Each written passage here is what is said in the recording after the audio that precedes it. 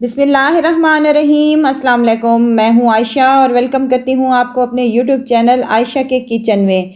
लहसुन, अदरक और हरी मिर्च का पेस्ट तो हर एक खाने में ही जाता है, तो क्यों ना हम इसका पेस्ट तैयार कर लें और बार बार इसको कूटने की बजाय या पेस्ट बनाने की बजाय हम एक ही दफ़ा में बनाकर इसको महफूज कर लें।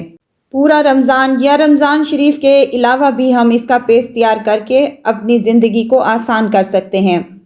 और यहाँ पर मैं कुछ ऐसी टिप्स दूंगी जिससे लहसुन बहुत ही आसानी के साथ छिल जाएगा और आपको कोई मुश्किल दरपेश नहीं आएगी।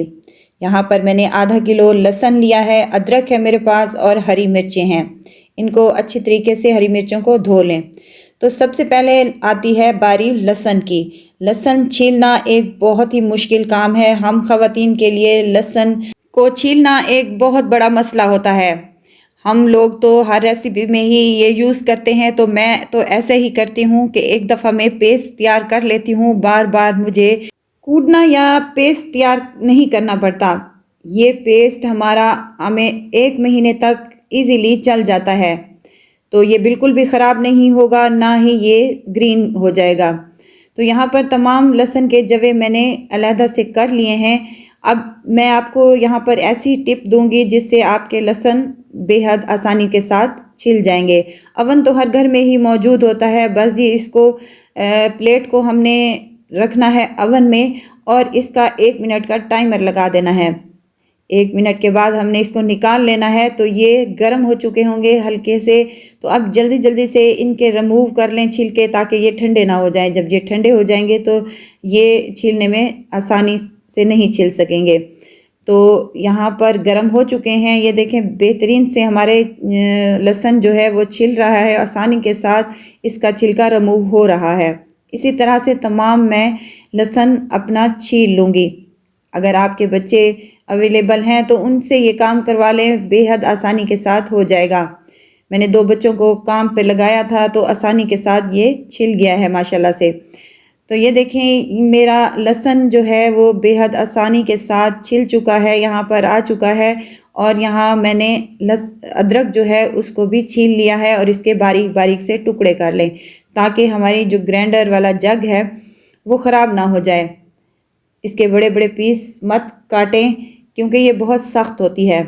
यहाँ पर मैंने बारीक बारीक से टुकड़े काट लिए हैं अदरक के। तो यहाँ पर सबसे पहले मैं लहसुन को पीसूंगी और इसका पेस्ट तैयार करूँगी।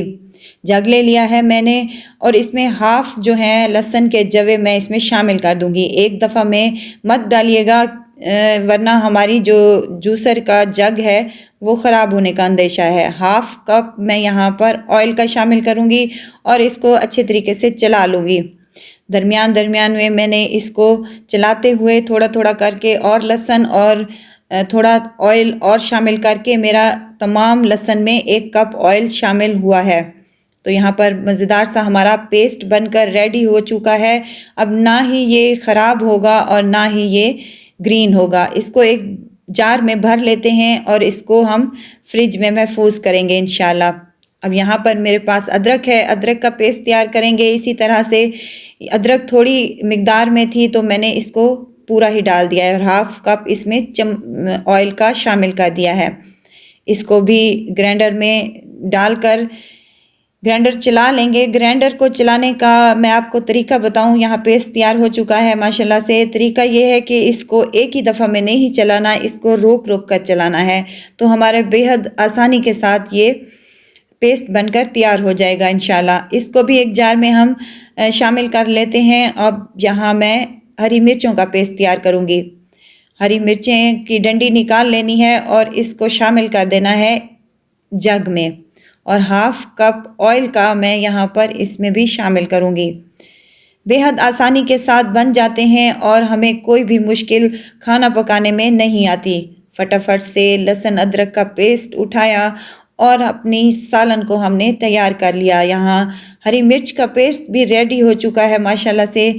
तो यहाँ मैं तमाम हरी मिर्चों को और इसको जार में कन्वर्ट कर लूँगी। यहाँ पर अगर आपको मेरी वीडियो ज़रा सी भी अच्छी लग रही है तो लाइक करें, सब्सक्राइब करें और साथ ही में बेल आइकन के बटन को भी ज़रूर प्रेस कर दिया करें, ताकि मेरी हर नई आने वाली वीडियो आप तक पहुँचती रहे।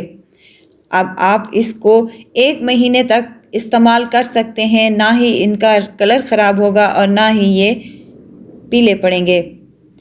तो यहाँ पर मैंने तमाम अपने पेस्ट तैयार कर लिए हैं। अपनी ज़िंदगी को आसान करें और इसी तरह से अदरक, लहसुन और हरी मिर्चों का पेस्ट तैयार कर लें।